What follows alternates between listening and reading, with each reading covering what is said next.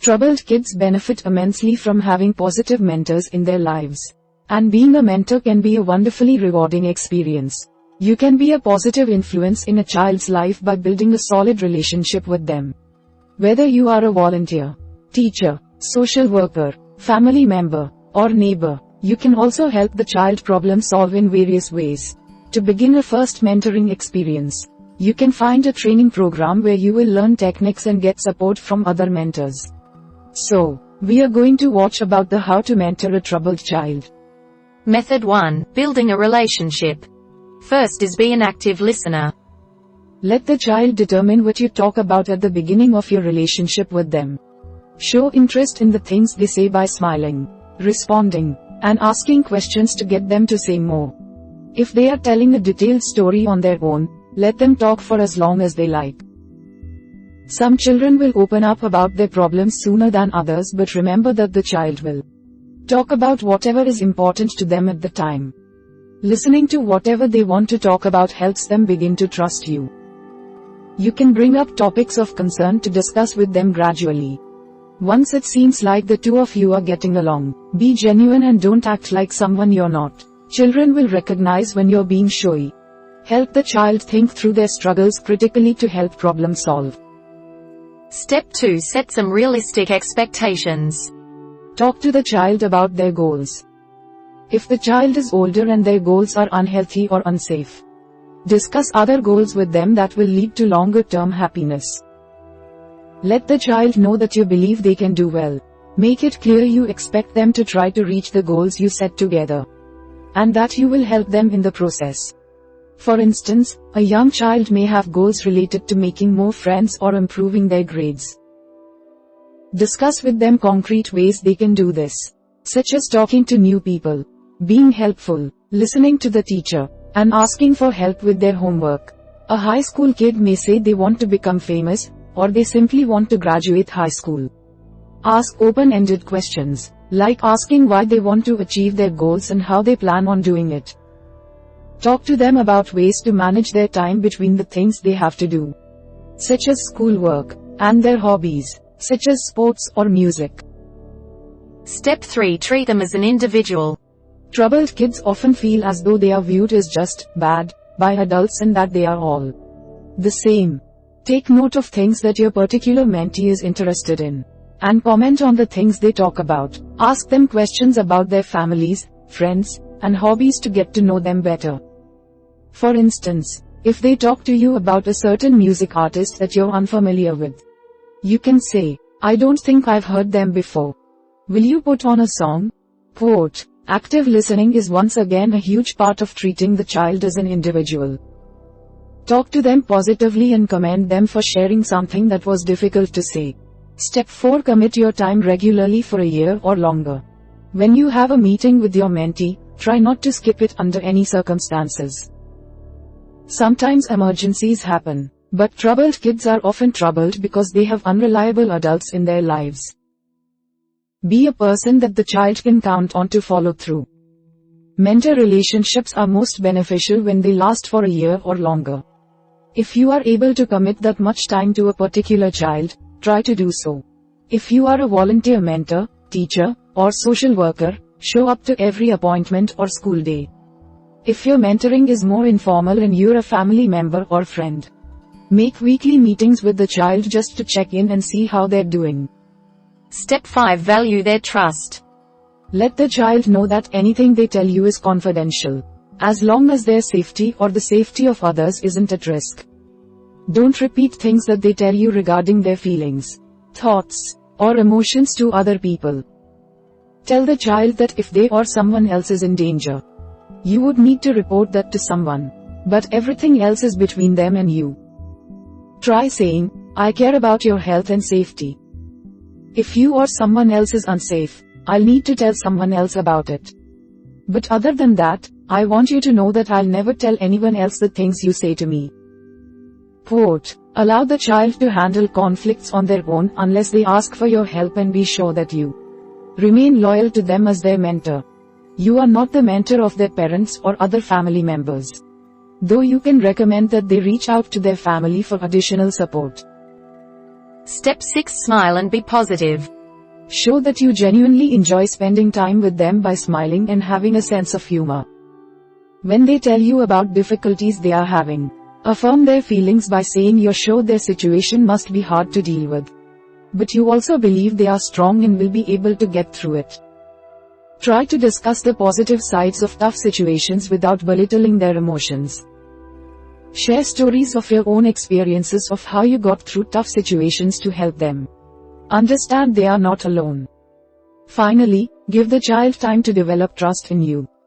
Troubled children usually have difficulty trusting adults because of their past experiences. It can take months sometimes for a child to open up to a stranger. Allow them to develop trust in you by showing that you enjoy spending time with them, committing your time, and being an active listener. If the child is hostile or doesn't want to talk to you, you can say to them, "I know you don't know me yet or have any reason to like me.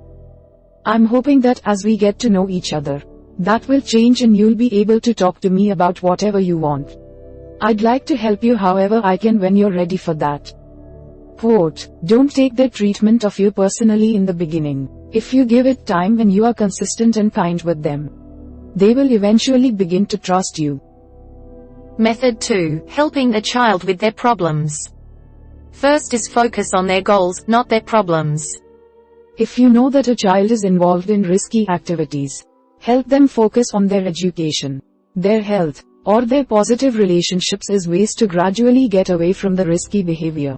When they tell you one of their goals, whether it's a small one like improving their grades, or a big one like becoming a pro athlete, be supportive and help them to focus on working toward that goal. Children need to have goals in order to not want to engage in risky behavior. Remind them of their goals when they tell you that they are feeling pressured to get involved in high-risk activities. Use short-term goals as a way to work towards their long-term goals, and share ideas that they may not have thought of on their own. Step 2. Be honest about your own mistakes. The mentoring relationship is unique because, unlike a parent, you are an adult or older peer that is both a role model and a friend to your mentee. Instead of setting rules or giving consequences, tell them why you think they should or shouldn't do something by sharing mistakes you've made and how you learned from them. Teachers may sometimes have to make rules and issue consequences in order to run their classroom.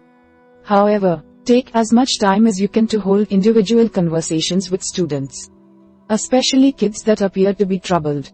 When you share a story about a mistake, you can say, "I wish I hadn't done that because it made things harder for me for a while. I'd hate to see you have the same types of difficulties." Quote, sharing your own experiences works best when you've already built a solid relationship and child places trust in you. If you share personal stories too early, the child may not understand why you are doing it. Step 3. Provide them with resources. If a child needs help finding other support services such as food banks, daycare for their own children or for siblings, shelters, or tutors, have this information available to give to them. Help them make phone calls to get the services they need, or take them to appointments if they ask you to. Mentoring through an organization is beneficial for this reason. A group can provide you with community resources that you can pass along to your mentee that you may not otherwise have on your own. If you're doing informal mentoring, you can still help the child access resources they need. Ask for support from local youth organizations, churches, or community centers to get information for the child. Step 4. Celebrate their achievements. When the child reaches one of their goals, tell them how proud of them you are. Avoid spending lots of money to show your support. Those small, thoughtful tokens of support are okay. Instead, give them emotional motivation to keep going and try to reach more goals. Try saying, "I knew you could do it. I'm really proud of you. You worked hard and it paid off. You should be proud of yourself, too." Quote, on the other hand, hold them accountable for their actions so they learn to take responsibility for them. Support them throughout the process. Finally, get your own training and support.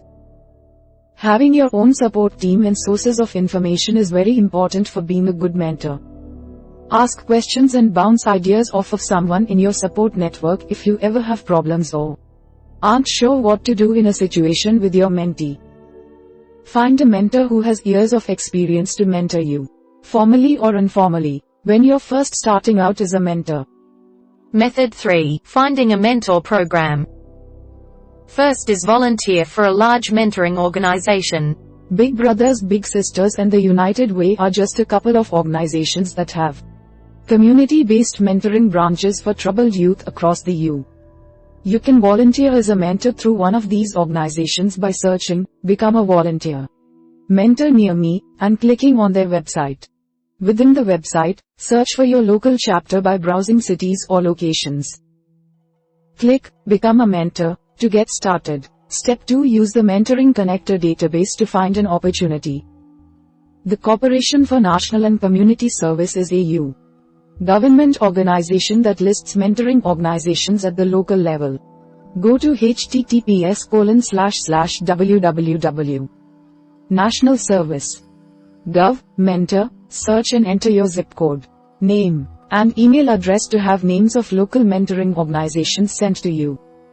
Step 3. Search Mentor Troubled Youth and your city online. Find smaller local mentor programs by doing an internet search on your city.